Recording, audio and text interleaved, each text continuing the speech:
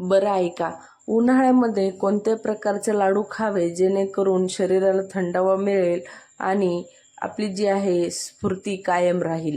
आता उन्हाळ्यामध्ये खूप जास्त ड्रायफ्रूटचे लाडू खाल्ल्याने उष्णतासुद्धा जाणवते. तर अशा पद्धतीने हे तांदळाचे लाडू तुम्ही नक्की ट्राय करा, म्हणजे तुम्हाला उष्णता अजिबात जाणवणार नाही. तर इथे 2 वाट्या तांदळाचं पीठ, 1 वाटी पिठी साखर, 10 ते 15 बदामाचे काप आणि पाऊण वाटी तूप. इथे तुपाचं सुद्धा जे आहे प्रमाण खूप कमी घेतलेले आहे, जेणेकरून तुम्ही डाएटवर जरी असाल तरी सुद्धा तुम्ही हे लाडू खाऊ शकताल. तर इकडे कढई तापवायला ठेवली. कढईमध्ये 4 चमचे तूप घातलं अगोदर. त्यानंतर हे 2 वाटी जे तांदळाचं पीठ आहे ते घातलं. आता हे तांदळाचं पीठ म्हणजे नेमकं कोणत्या तांदूळाचं पीठ, तर हवं कुठल्याही तांदूळाचं पीठ घ्या, फक्त खूप जास्त सुगंधित तांदूळ असतील याचं पीठ घेऊ नका, किंवा चिकट होतात तांदूळ जसं की इंद्रायणी वगैरे असं पीठ घेऊ नका. तर इथे मी रेशनचे जे तांदूळ असतात ना, ते स्वच्छ 4 ते 5 पाण्याने धुवून आणि फॅन खाली छान असे सुकवून ह्याची जी आहे पावडर म्हणजे हे जे आहेत दळून आणलेले आहेत. तर इथे मी रेशनच्या तांदूळाचा उपयोग केलेला आहे, जेणेकरून हे जे आहेत सुगंधित सुद्धा नसतात आणि चिकटसुद्धा होणारे नसतात. तर अगोदर हे तांदूळ जे आहे आपण थोडं थोडं पीठ जे आहे भाजून घेऊया आणि तूप जे आहे अधूनमधून 2-2 चमचे घालून घेऊया.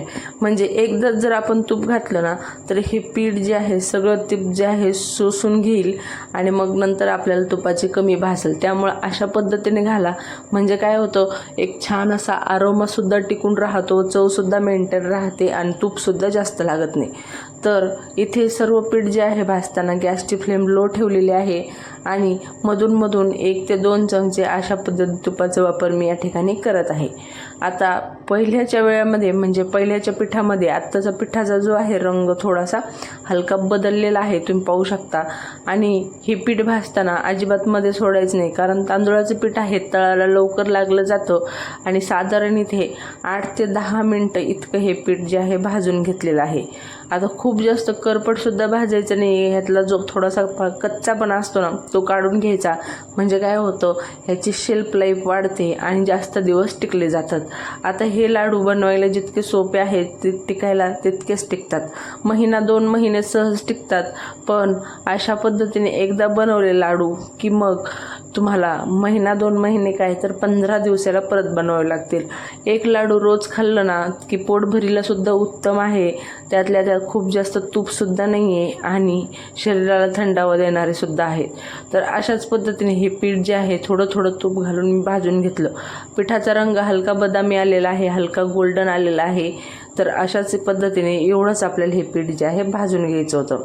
आता हे पीठ जे आहे भाजत आलेलं आहे, तर लगेचच यामध्ये जे आपण बदामाचे काप करून घेतलेले होते ना ते घालून घेऊया. तर इथे तुम्हाला आणखीन पिस्ता, काजूचे काप वगैरे घालायचे असतील तर घालू शकता तुमच्या आवडीनुसार, किंवा मग बदामाचे काप जरी किप्स करायचे असतील तरी सुद्धा स्किप करू शकता. आता बदामाचे काप घातले, हे सुद्धा पिठामध्ये साधारण 2 मिनटं भाजून घेऊया, कारण बदाममध्ये सुद्धा मॉइश्चर असतं आणि हे मॉइश्चर काढलं की आणखीन आपल्या लाडूची शेल्फ लाईफ वाढते. तर अशाच पद्धतीने हे बदामाचे जे काप आहे पिठामध्ये व्यवस्थित मिक्स केले आणि अशा पद्धतीने पिठाला रंग आला की तेच आपलं पीठ भाजायचं आहे. त्यानंतर जी 1 वाटी पिठी साखर घेतलेली होती ती सुद्धा घालून घेतली. गॅसची फ्लेम जी आहे इथे ऑफ करून घेतलेली आहे आणि बंद गॅसवर जे आहे हे आपण मिक्स करत आहोत. तर 2 वाटी पिठासाठी इथे मी 1 वाटी पिठी साखर घेतलेली आहे. तर हे प्रमाण जे आहे अचूक आहे, खूप जास्त गोड होत नाही, व्यवस्थित असं गोडी पण राहते आणि खूप जास्त साखर पोटात गेलेलं हे सुद्धा होत नाही. तर अशा पद्धतीने व्यवस्थित मिक्स केलं की साखरसुद्धा छान पद्धतीने मिक्स होते आणि पिठाला साखर जी आहे कणाकऱ्यापर्यंत पोहोचली जाते. तर आता हे गरम आहे त्यामुळे चमच्यानेच मिक्स करायचं आणि सारखं एक व्यवस्थित एकत्र करत राहायचं, जेणेकरून आपली पिठी साखर जी आहे व्यवस्थित मिक्स होईल. तर इथे तुम्हाला तुमच्याकडे रेशनचा तांदूळ नसेल तर तुम्ही दुसरा कुठलाही जाडा तांदूळ घेऊ शकता, फक्त चिकट होईल किंवा सुगंधित असा तांदूळ घेऊ नका. 4 ते 5 पाण्याने स्वच्छ धुवून त्यानंतर 2 तास 3 तास फॅन खाली सुकवून घ्या, म्हणजे जेणेकरून त्यातलं एक्स्ट्राचं मॉइश्चर निघून जाईल. मिक्सरला फिरवलं तरी चालेल किंवा मग चक्कीवर दळून आणलं तरीसुद्धा चालेल. आता हे पीठ आणि साखर जी आहे व्यवस्थित अशी एकत्र झालेली होती. आता अशा पद्धतीने व्यवस्थित पीठ जे आहे सेट केलं आणि एक 10 मिनटं असं झाकण देऊन ठेवूया, कारण हे गरमसुद्धा आहे. आणि अशा पद्धतीने झाकण दिलं की छान असा आतमध्ये एक आरोमा तयार होईल आणि छान असे फ्लेवर येतील लाडूला. इथे तुम्हाला वेलची घालायची असली तर घालू शकता, मी घातलेली नाही. 10 मिनटानंतर झाकण काढलं, हाताने व्यवस्थित मिक्स करूया, कारण चमच्याने किती मिक्स केलं तर हाताने ज्यावेळेस आपण मिक्स करतो ती चव काही वेगळीच असते. तर हाताने व्यवस्थित मिक्स करून घेतलं आणि लगेचच आपण इथे जे आहेत लाडू वळायला घेऊया. आता लाडू जे आहे छोटे मोठे मीडियम तुम्ही तुमच्या आवडीनुसार साईज करू शकता. तर इथे मी खूप जास्त मोठे नाही, एक आपण डेली लाडू खाऊ शकतो किंवा खाऊ शकाल अशाच पद्धतीने हे लाडू जे आहेत वळून घेत आहेत. तर मीडियम साईजचे लाडू इथे मी वळून घेत आहे.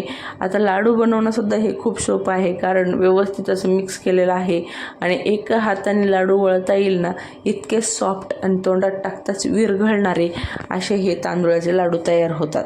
फक्त याला वयोवृद्धसुद्धा खाऊ शकतात किंवा लहान मुलंसुद्धा खाऊ शकतात. इतके सॉफ्ट असे हे लाडू तयार होतात. अगदी रव्याच्या लाडूपेक्षा काही पटीने जास्त चव जी आहे या तांदूळाच्या लाडूला असते. तुम्ही अशा पद्धतीने एकदा नक्की ट्राय करा आणि रेसिपी कशी वाटली हे मला कमेंट करून सांगा. तांदूळाच्या लाडूची रेसिपी तुम्हाला अगोदर माहीत होती का हे सुद्धा मला कमेंट करून सांगा.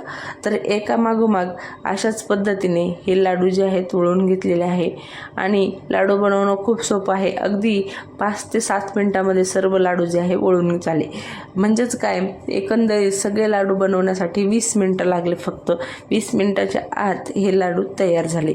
इतक्या सोप्या पद्धतीस लाडू हवे तर तुम्ही प्रवासामध्ये सुद्धा नेऊ शकता किंवा कोणाला तुम्हाला भेट द्यायची असेल तर या लाडूची नक्की देऊ शकता.